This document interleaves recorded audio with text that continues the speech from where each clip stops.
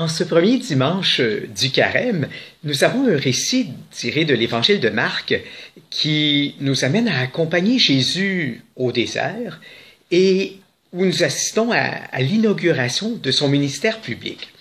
Eh bien, ce récit arrive tout de suite après la grande expérience spirituelle que Jésus a fait lors de son baptême, où est-ce qu'il a vu l'Esprit Saint descendre sur lui et il a entendu cette révélation venue de la voix du Père. Celui-ci est mon Fils bien-aimé. Alors, vraiment, une expérience renversante pour Jésus. Et c'est à partir de ce moment-là que, avec le récit que nous avons aujourd'hui, nous voyons les conséquences de cette expérience spirituelle. On nous dit tout d'abord, le récit commence en disant que aussitôt l'Esprit pousse Jésus au désert. Alors, ça nous permet de voir que l'Esprit Saint n'a pas fait juste un petit passage rapide dans la vie de Jésus, mais que désormais il l'habite et qu'il est agissant dans sa vie. Et il y a un verbe très fort que Marc emploie. Il dit qu'il pousse Jésus au désert. Ça veut dire que c'est pas quelque chose que Jésus aurait choisi spontanément de se retirer comme ça dans le désert. Quand on sait que le désert, ça évoque un lieu hostile, ça évoque un lieu où la vie est menacée, et puis d'autant plus qu'on nous dit qu'il y avait des bêtes sauvages qui étaient là. On dit qu'il reste là 40 jours. Bon, il ne faut pas trop s'attacher là au chiffre précis 40, le 39 plus 1. 40, c'est un chiffre symbolique dans la Bible. Ça veut dire qu'il a été là, c'est un chiffre évoquant un temps, une durée suffisamment longue pour permettre un cheminement, pour permettre une transformation. Et dans le cas de Jésus, il s'agit vraiment d'une préparation à son ministère public, parce que tout de suite après, il va débuter un ministère de proclamation du règne de Dieu. Et pendant cette durée où il est au désert, on dit qu'il est tenté par Satan. Malheureusement, à la différence de la version de Luc et de Matthieu, Marc ne nous dit pas en quoi Jésus est tenté. On peut penser qu'il a été tenté par diverses options pour l'orientation de sa vie. Mais en même temps qu'il est au désert, dans un lieu difficile, hostile, eh bien, en même temps, il fait l'expérience d'être servi par des anges, nous dit l'Évangile de Marc. Alors, ça veut dire que Jésus n'est pas abandonné à lui-même dans ce temps difficile, dans ce temps de croissance, ce temps de discernement, mais il est accompagné, il est soutenu par la force de Dieu. Et dans le fond, avec ce verset où on dit qu'à la fois que Jésus est entouré de bêtes, tenté par Satan et soutenu par les anges, on pourrait dire que ça représente ce que Jésus a vécu tout au long de son ministère public. C'est-à-dire qu'à la fois, il a fait face à de l'hostilité, et les bêtes qu'il a rencontrées, ils s'appelaient Hérodiens, pharisiens. Dès le chapitre 3 de l'Évangile de Marc, ils veulent le mettre à mort, ils cherchent un moyen de le tuer. Mais en même temps, Jésus a fait l'expérience tout au long de son ministère public d'être soutenu par l'Esprit Saint, d'être soutenu par Dieu, si bien qu'il a pu mener à terme sa mission d'annonce du règne de Dieu. Moi, je trouve ça particulièrement intéressant en cette année où nous avons vécu, où nous continuons à vivre les effets de la pandémie. Eh bien, nous autres aussi, on a été poussés dans une sorte de désert. Un désert qui s'appelle pandémie. Et nous autres aussi, c'est quelque chose qu'on n'aurait pas choisi spontanément. C'est pas quelque chose que ça nous tentait d'entrer en pandémie. Mais c'est bien sûr que c'est pas Dieu qui a voulu ça.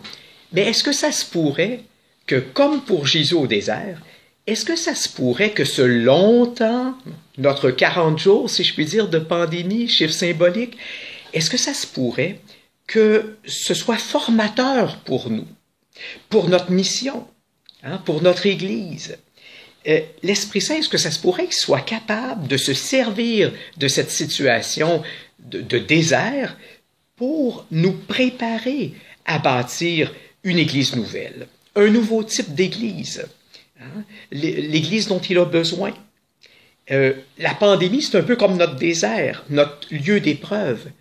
mais peut-être que c'est quelque chose dont l'Esprit Saint se sert pour nous préparer à la suite, pour nous préparer à ce qu'il attend de nous.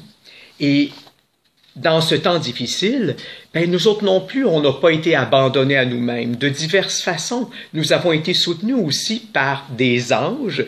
Monsieur Legault, je trouve qu'il faisait bien de les appeler les anges gardiens. Toutes ces personnes qui nous ont aidés par leur service à passer au travers des temps difficiles. Et vous savez, habituellement, bien souvent, Dieu, sa façon de nous aider, c'est par d'autres humains qu'il met sur notre route. C'est comme ça qu'il nous soutient. C'est comme ça qu'il agit pour prendre soin de nous. Hein? Dieu se sert d'humains pour prendre soin de nous. Et puis, est-ce que ça se pourrait que nous aussi, nous ayons été appelés et que nous continuions à être appelés à être des anges pour d'autres personnes, à les soutenir eux aussi, de la part de Dieu. Nous voyons dans la suite du récit d'aujourd'hui que, en revenant du désert, quelque chose de nouveau commence dans la vie de Jésus. Il commence à proclamer la bonne nouvelle de Dieu. Mais le texte de Marc nous dit qu'il fait ça, il commence tout de suite après l'arrestation de Jean-Baptiste. Le texte grec dit que Jésus commence son ministère public après que Jean-Baptiste eut été livré. C'est comme ça que c'est écrit en grec. On a le verbe livrer. C'est super intéressant parce que Jésus va utiliser le même verbe pour parler de lui, pour annoncer à 3 reprises dans l'évangile de Marc, pour annoncer sa passion. Hein? Il va dire le Fils de l'homme sera livré aux mains des hommes, ils le tueront, bon, etc. Ça veut dire que lorsque Jésus s'engage dans son ministère public, il sait qu'il s'engage dans quelque chose de dangereux. Il sait qu'il s'engage dans quelque chose qui va le conduire à la mort. Et malgré ça, soutenu par l'Esprit Saint, il a le courage de se lancer dans l'aventure de l'annonce du règne de Dieu. Et c'est vraiment intéressant de voir que dans l'évangile de Marc, le personnage du Baptiste n'est pas seulement le précurseur de la proclamation, il n'est pas juste précurseur en tant que prophète, mais il est aussi précurseur en tant qu'homme qui livre sa vie, qui donne sa vie pour la cause de l'Évangile.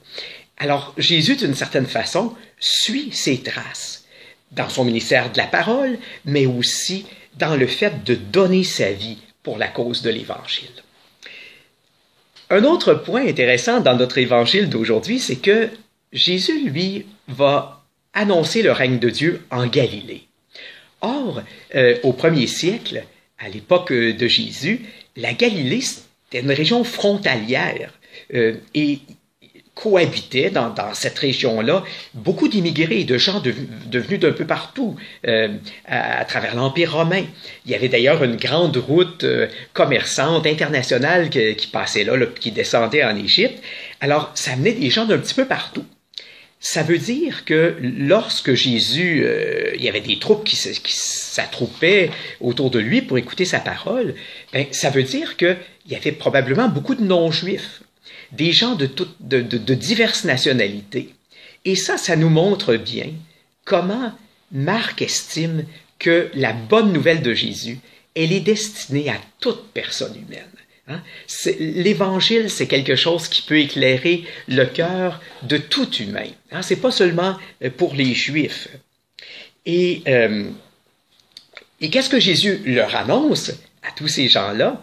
Il leur dit, les temps sont accomplis. Hein? Le règne de Dieu est tout proche. Convertissez-vous, croyez à la bonne nouvelle.